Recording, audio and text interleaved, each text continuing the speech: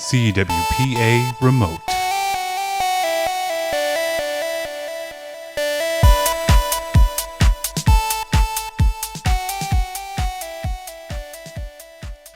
Hi, I'm Ed Hawes, Director of Communications for the Collegiate Water Polo Association, and with us today is four-time CWPA SID of the Year, creator of the FOSH, and friend to the league, Ryan Sosin. How you doing, Ryan?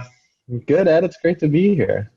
Well, it's been a while. You've been separated from the league for a little bit. I mean, you've been doing the FOSH, but you haven't done day-to-day water polo stuff in a long time, other than running the statistical program.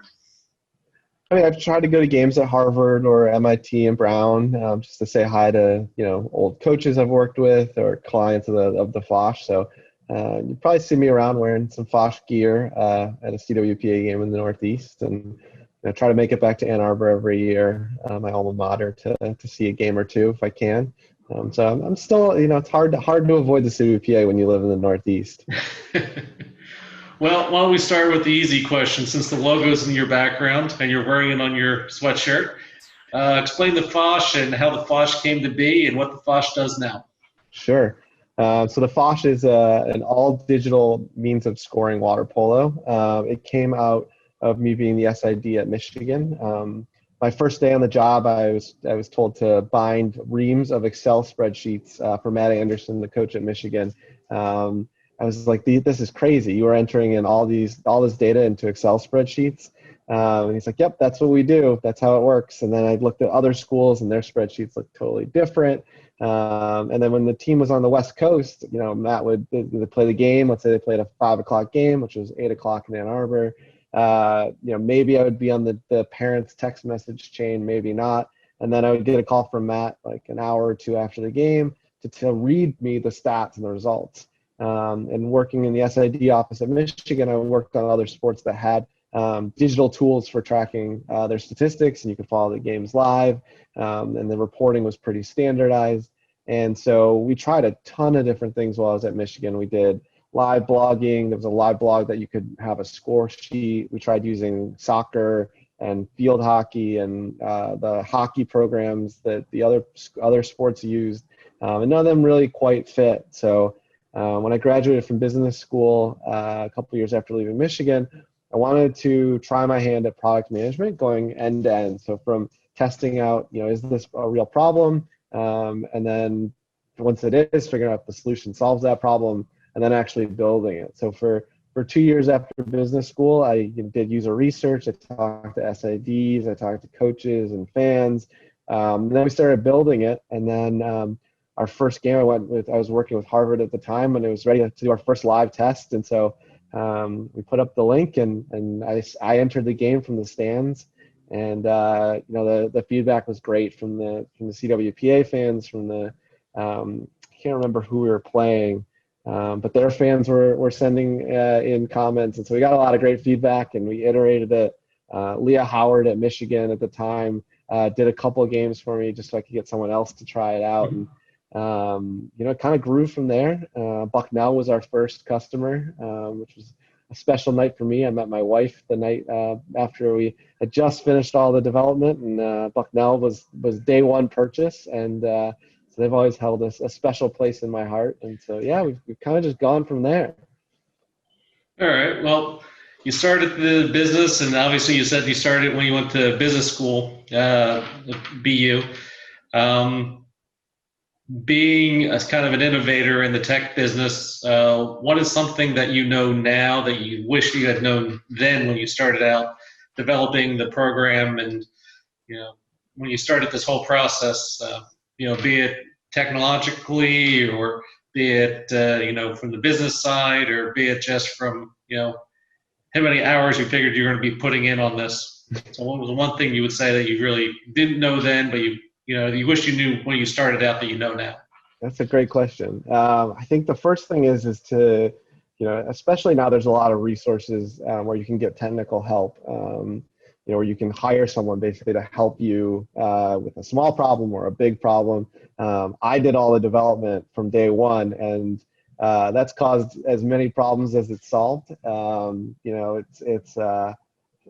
we're in the process of rewriting the FOSH from scratch right now and undoing some of the mistakes of the past using kind of older tech stacks and, just me not being a professional developer, making kind of rookie mistakes, so to speak. Thankfully, none of the end users really saw that, but there are things that, the new version will do 1,000 times better than the old version.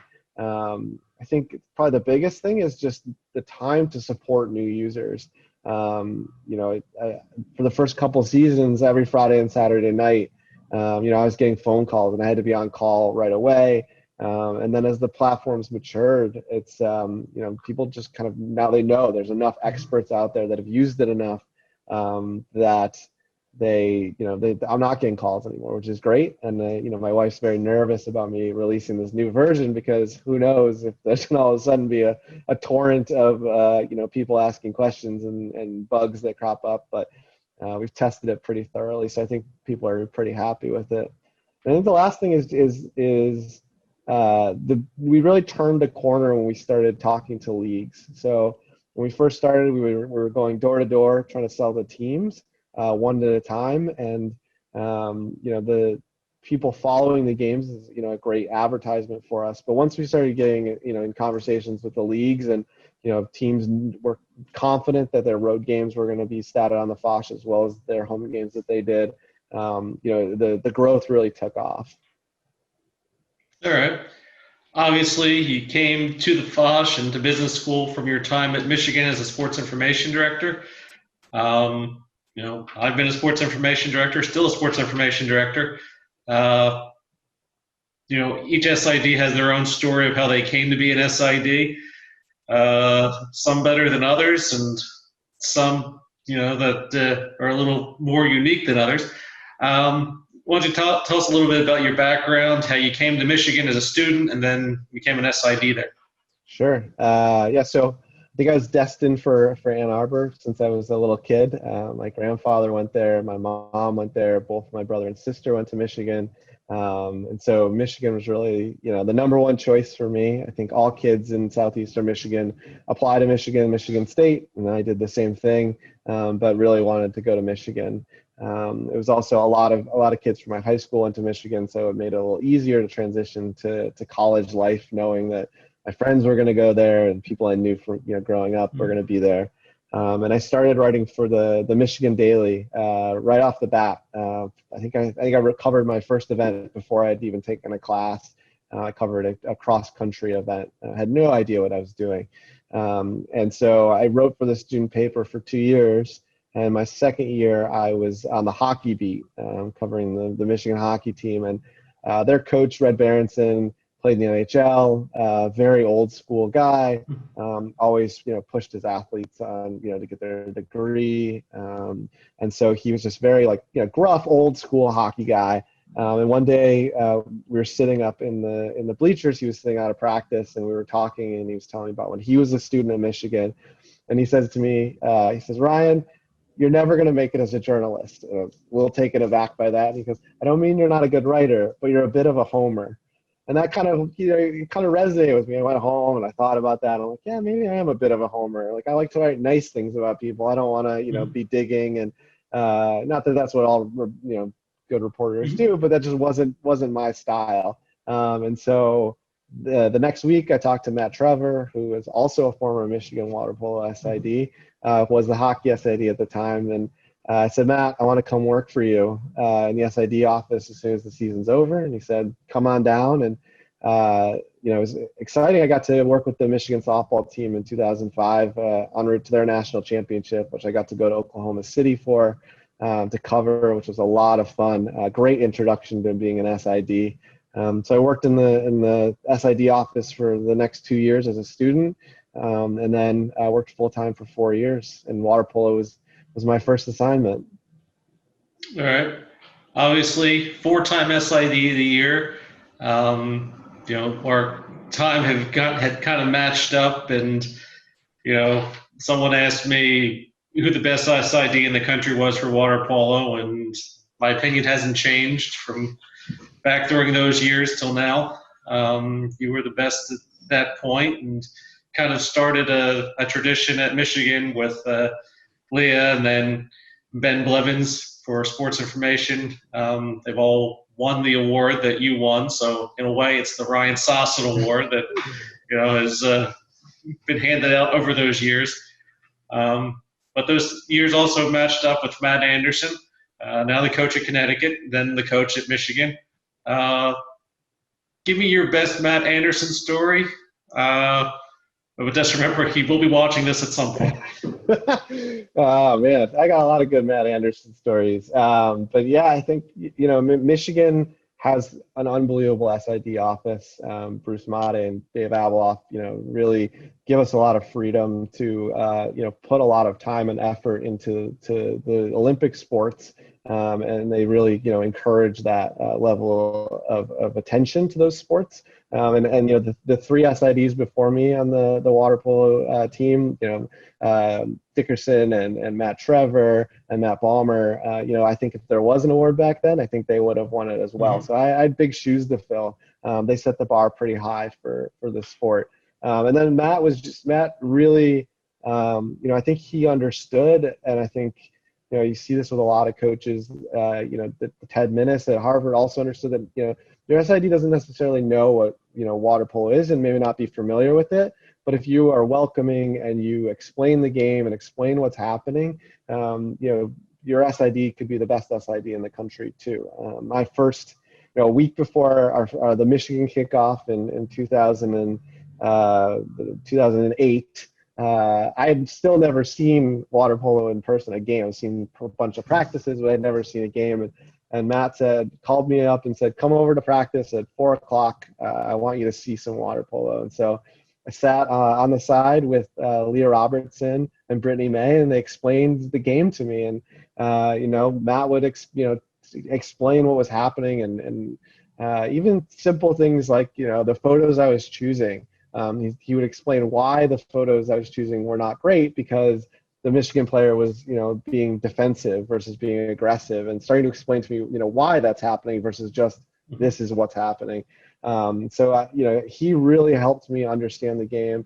You as well, having a conference SID that's engaged with the SIDs that are covering the sport just makes it that much easier to do the job at a high level. Someone who's passionate about it, someone who shares notes and insights, especially, you've been around for so long now. I mean that in a nice way. Thanks. I appreciate that. Thanks a lot.